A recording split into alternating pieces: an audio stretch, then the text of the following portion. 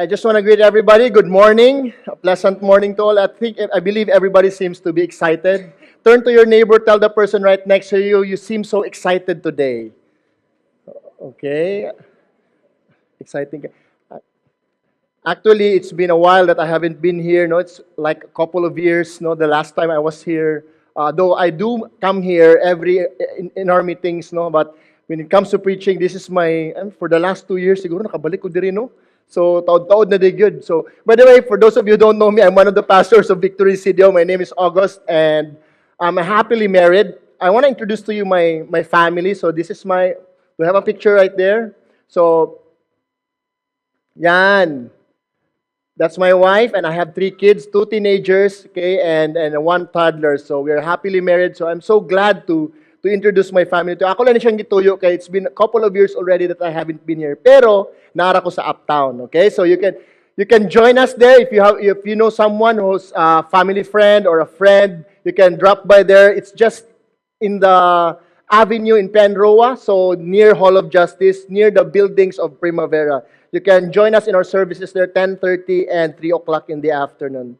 So anyway, talking about the updates, no, we've heard just in the video, we've heard that things are really doing. God is doing something in our city through our church. No, God has been expanding us for the last couple of years, and God has been saving people, transforming lives, especially in our Uptown location. So I want to emphasize this one, that God is really doing something in our city. Do you believe that? God has been so amazing. God indeed is faithful, and He's been using our church, Victory Studio, to expand, living out that calling to be socially responsible as well. In connection to our series, Love the City, I do believe that everyone is excited to hear this word. Right now, we are going to talk about in our second installment, having that generous heart. Everybody say generous heart. Okay, we're going to look at a passage right now in Deuteronomy chapter 15, and may I request everybody to please stand in reverence to God's word. You can read it with me from verse 7 to 8 in Deuteronomy chapter 15. So you can really read it aloud as our confession of our faith. If among you one of your brothers should become poor in any of your towns within your land that the Lord your God is giving you, you shall not harden your heart or shut your hand against your poor brother, but you shall open your hand to him and lend him sufficient for his needs, whatever it may be. Shall we pray? Father, we thank you so much, God, for your word this morning. Thank you, God, for what you have in store for us. God, it has always been your generosity that we have experienced every now and then in our everyday lives.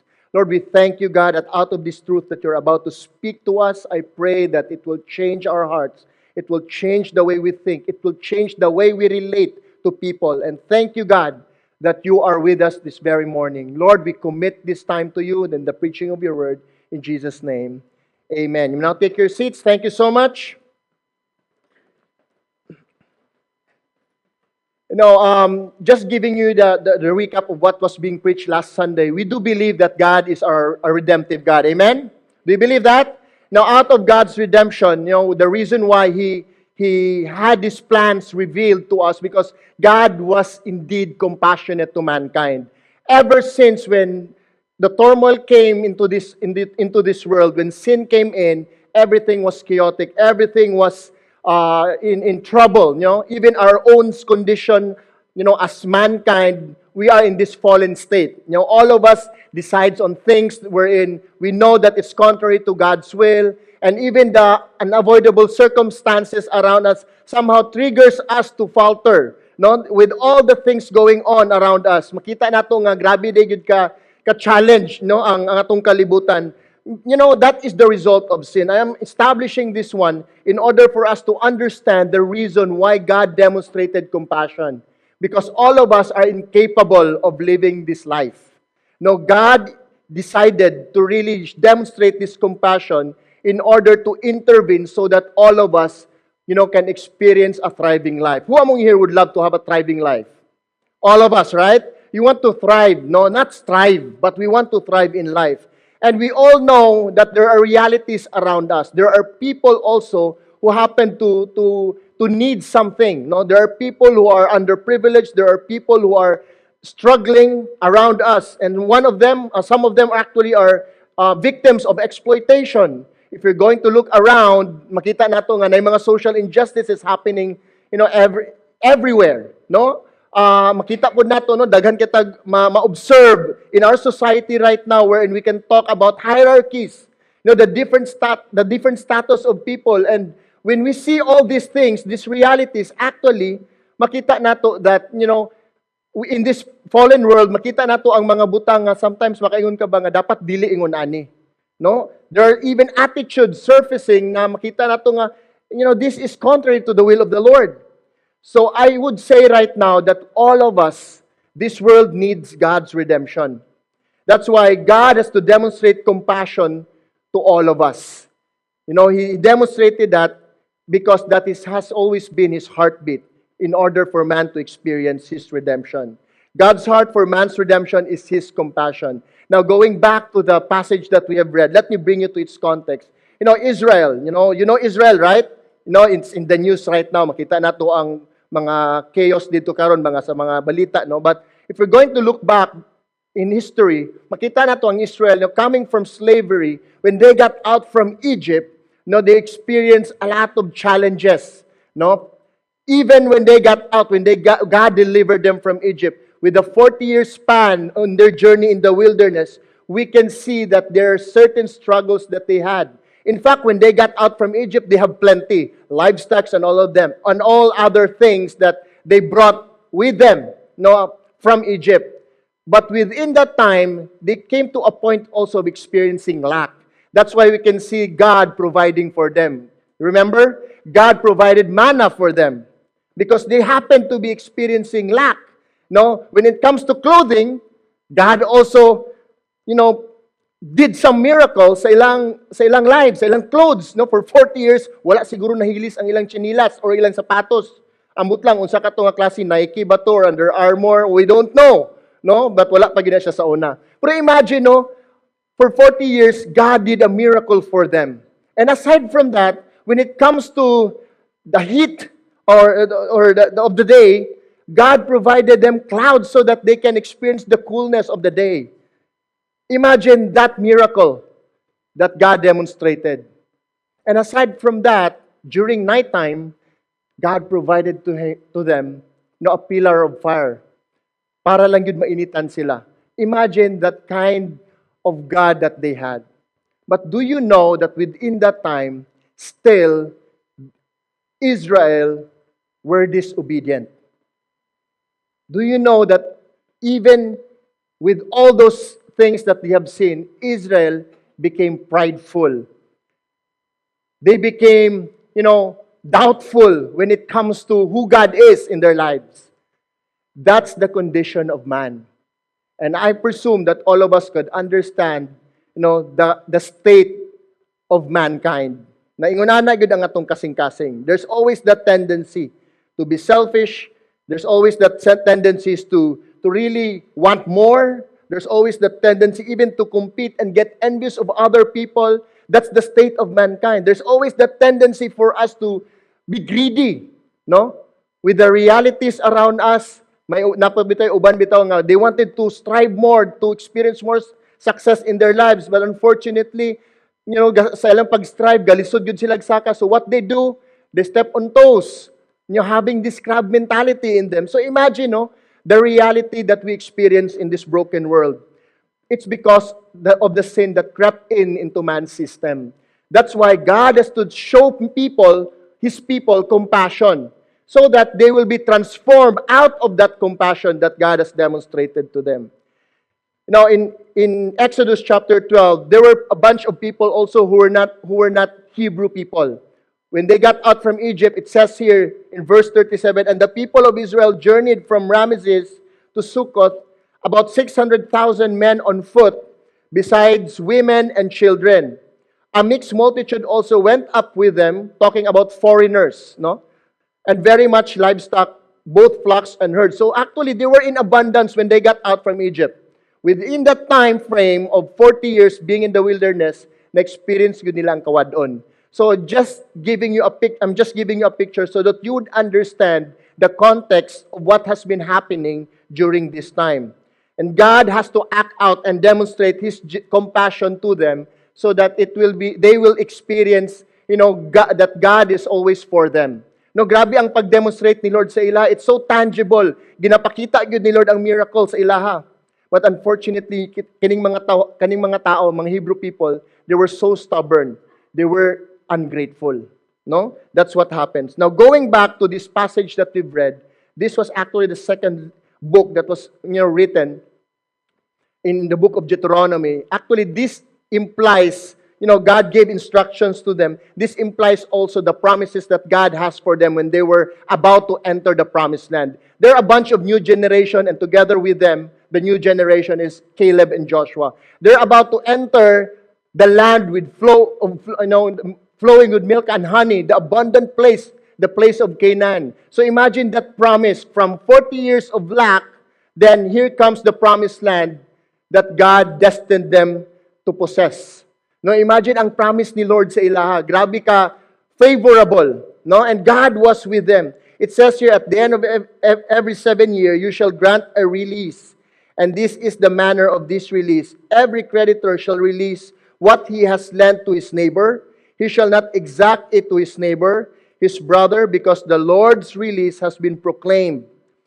Of a foreigner you may exact it, but whatever of yours is with your brother, your hand shall release. And verse 4, but there will be no poor. Everybody say, no poor among you, for the Lord will bless you in the land that the Lord your God is giving you for an inheritance to possess. Now, as I mentioned a while ago, there were a bunch of people who were foreigners, and some of them actually don't have husbands. They're widows. The children were orphans, and not just that. No, there's something going on in that duration of 40 years. Some people were striving. Some people experienced lack. So what they tend to do is they kind of, utang. Okay? Kinsa na utang dire? Can I see? Di kayo na ako maklaro. Na utang. Patas, don't shy. Daghan og utang. Oh, daghan, no? That's what the scripture says here. Na yung mga utang ni sila, nagkitungod sa ilang pag-journey, there were people nga naagid sila'y kawadon. So kung kinsa tong naa, mangutang sila didto. Then God gave them this instruction that after 7 years, there's going to be a cancellation of debts. So hulatin ninyo katong na mga utang 7 years para ma-cancel inyong debts. Okay? But not in the Philippines. Sorry, not in the Philippines. Only in Israel. Actually, this is still applicable to them for some of them. No, especially those who are following rigorously the law of Moses. Now, God intended them to put certain parameters in terms of canceling, especially when it comes to credits. No, ilan ang gituin ni God, but not really to do it just for the sake of doing it, to cancel debts. But God was trying to imply to them that whenever the 7th year happens, they should learn how to be generous. Ingon ana ang intent ni Lord. We should understand, not literally all the things here, but to understand the heart of God behind all these instructions. When God says there's a cancellation of debt, God was trying to imply to them, hey, my children, my people, treat your brother right. Okay? Show them that you're generous to them. The same way that I showed you how generous I was to you. It's like that. Murag yun, napakita ni Lord nga si God, He wanted these people to become like Him. In the same way for us. No, I understand also now, going back to our mission, one of our mission statement, it says there, social responsibility. And this is what this series is all about, living out this calling that God has for us as a church. We've got to be socially responsible to people. Okay? We've got to be socially responsible to people. When you look at, outside of these four corners of this building, you can see different kinds of people. In fact, even here in our church, lain-lain tag mga status, economical status. Okay? I would say that we are not the same. Okay? Some of you maybe you're well off, some of you maybe underprivileged, some of you maybe in the middle. But do you know sometimes in the society we live in, usahay pod kani pag mag-magnify ni siya, diri na rin mo creep in ang mga batasan, mga attitude, the way we treat people, the way we relate to people. No, munang si God, yang gitagaan og instruction ang iyang mga tao. No, pag moabot gani aning 7th year, tabangi imong mga igsuon. You've got to be there to answer their needs, no? Sabi nga niya sa verse 4, but there will be no poor among you. Then the Lord will bless you in the land that the Lord your God is giving you as an inheritance. You know, in this passage, God is teaching them actually to have a generous heart to those people who are in need. Now, there are certain mindsets right now nga gusto lang nako ma-establish, no? Kinsa sa inyo diri naka-testing na mo og adtog mga gasolinahan nga nay mga underprivileged nga pamaligya or gapangayo? Sa traffic light na sa gasolinahan daghan. Diba, there are lots of kids out there. Sometimes, mga atong responses is, mura siya o judger kay ta? Judger, good, no? Kana bitang, wala. Sometimes, natay mga mindset nga, basin, kuha sila ka ng sindikato. Have you ever thought of that? Sindikato, gigamit ni sila sa sindikato, or kulto. Gigamit ni sila sa isa ka kulto, religious cult. They're being used. You know, that's a reality, but I learned something, you know, especially from Bishop Dre one time when he was talking about, you know, sometimes kanabitang magtabang ta sa mga ingunani kasi we don't tolerate, no, especially kung nasa sila sa streets. But there are always ways in how we can be socially responsible to these kinds of people. We can never blame them sa ilang state. And we should not be the first person to put judgment on them. Uy, dapat ka magtrabaho, dapat na sila magtrabaho, kay mga tapulan kayo. So sometimes there's this biases, there's this prejudice that is creeping into our minds nga, as we perceive these people, mura na tag si kinsa. You know, the way we treat them actually affects how we treat one another. Imagine, no, ang effect sa kanang klase nga mindset. Sometimes may ngunta nga faith man gyud, di ba, kanang faith gyud yung mga tao gyud nga ingon ana.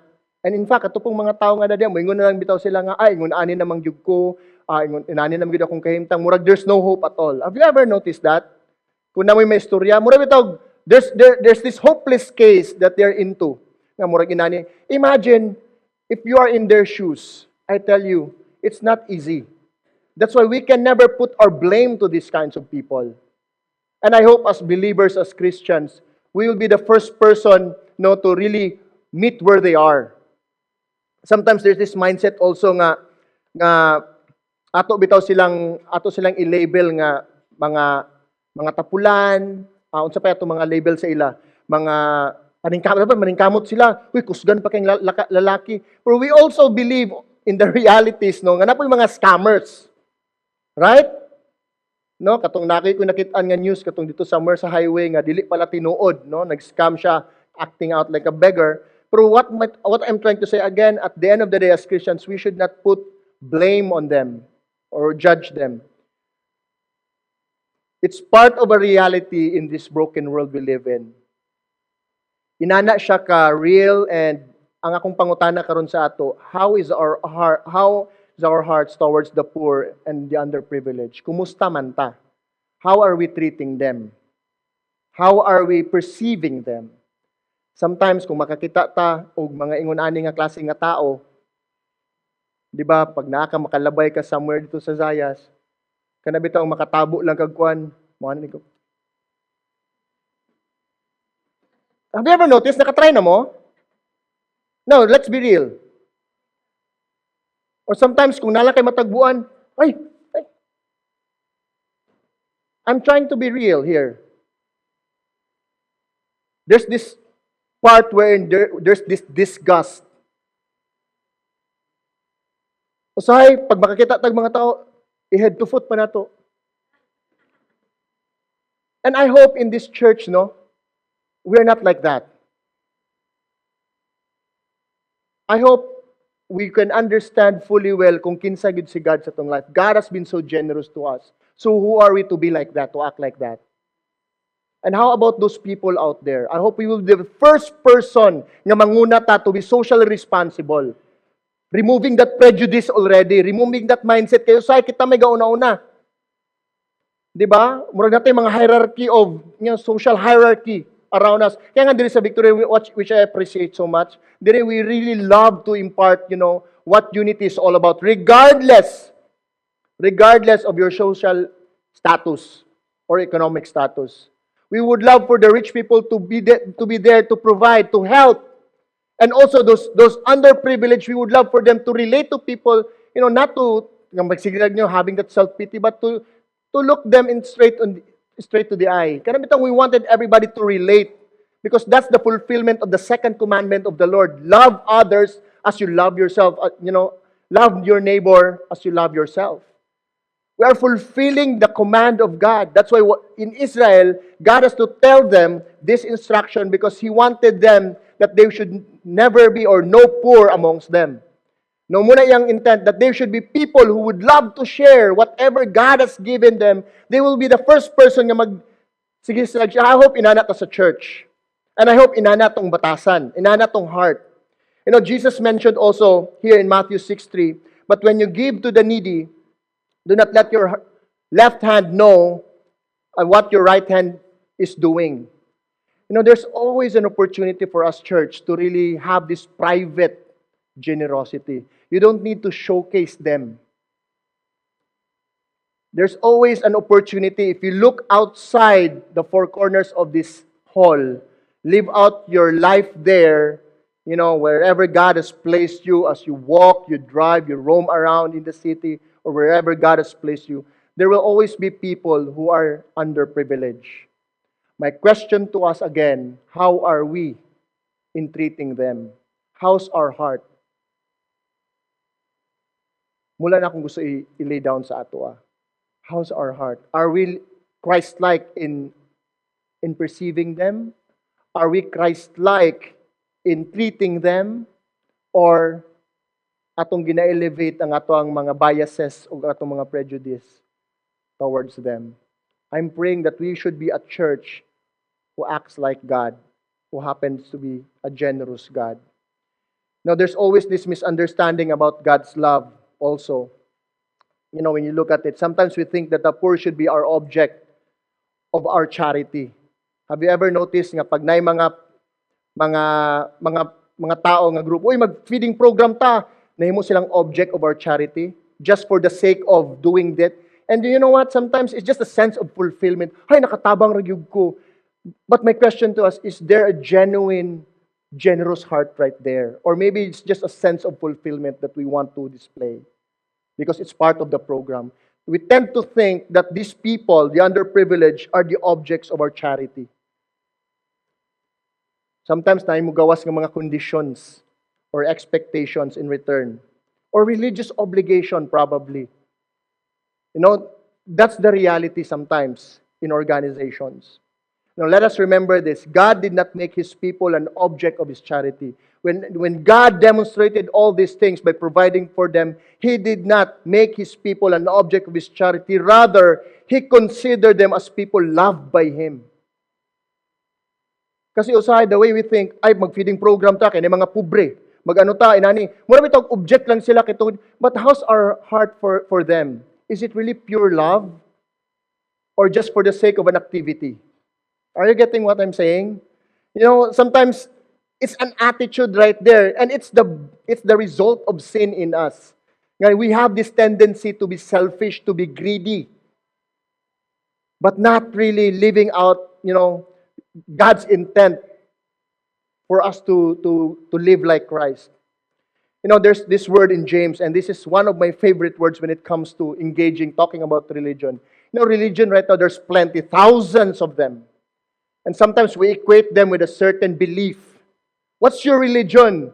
Christian. Born again ko. Di ba? Nakatubag na kanamay. No, born again Christian ko.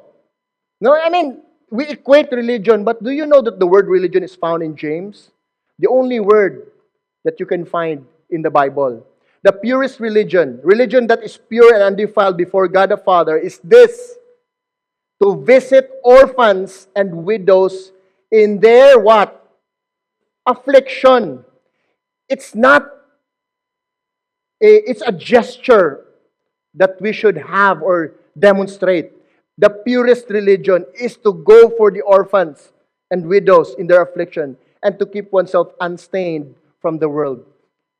That is the kind of religion that God wants for us. He wanted us to act out what we believe in. It's not about an organization. It's not about the name of a sect or whatever spiritual religion nga imong panghunahuna, no? It's about a gesture. It's about an action. Have we been with the poor or are we disgusted with them? Kanala akong mga questions. Have we conversed with these people? Or do we look down on them? Have we prayed for them? Is there someone in your society, in your community nga ingunana sila? Have we prayed for them? Have we feed them? You know, there's always plenty of scriptures that Jesus talk about the poor. Actually, a lot of scriptures.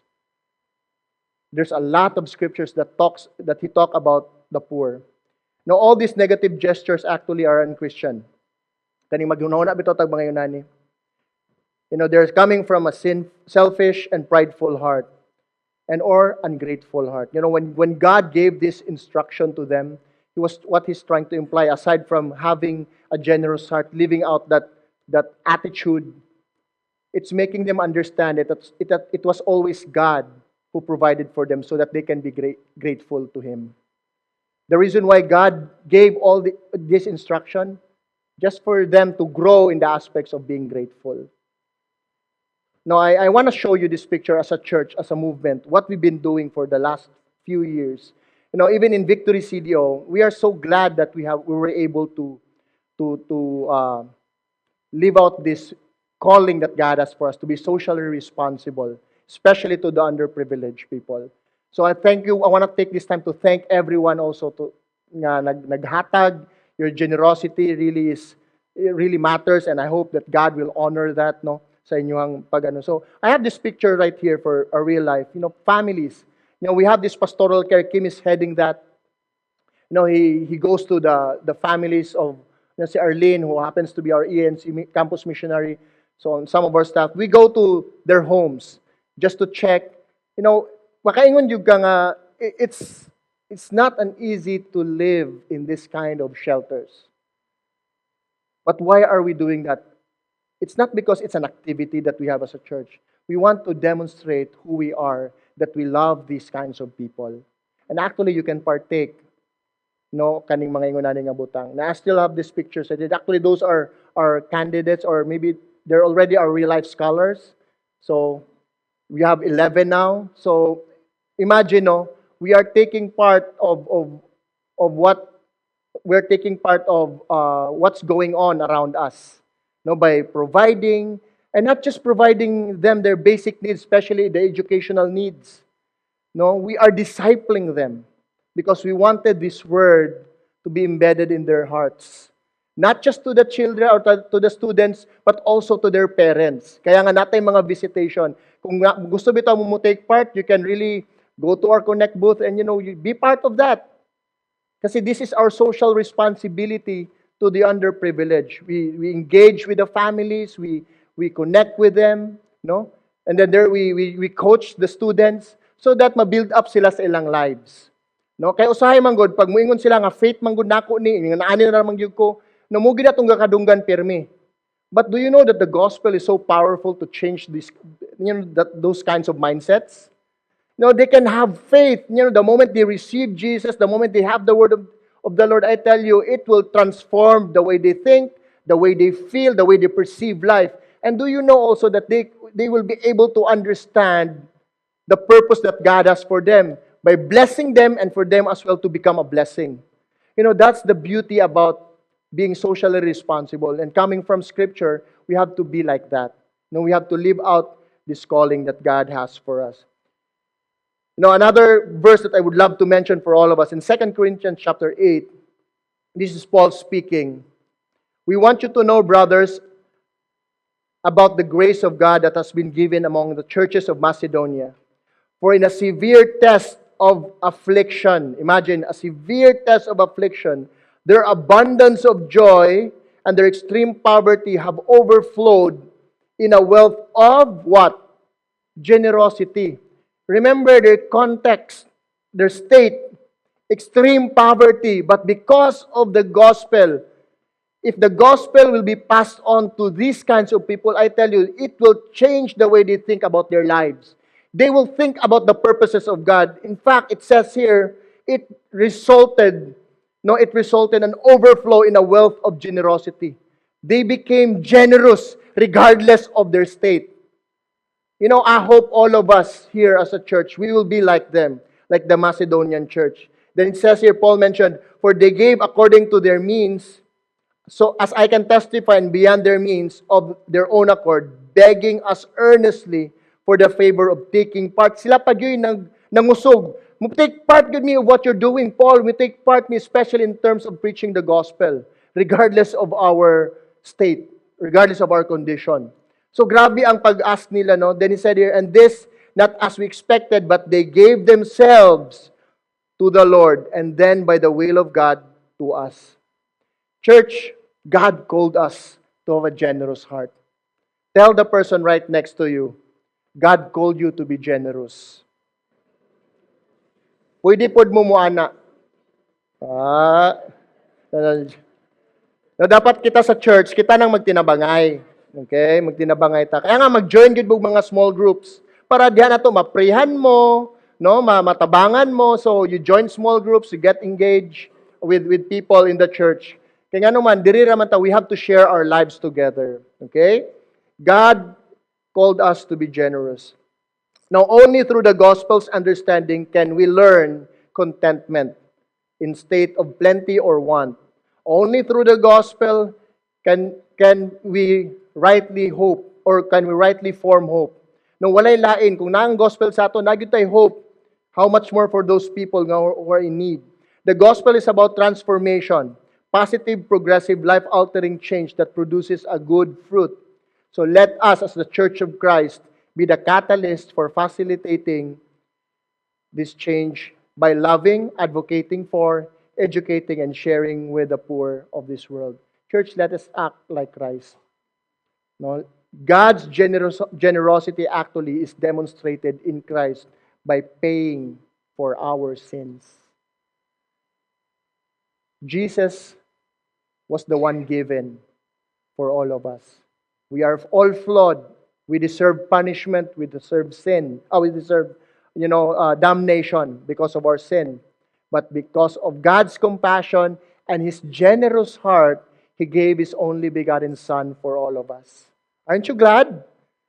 Now you have Christ in you. He was given for you.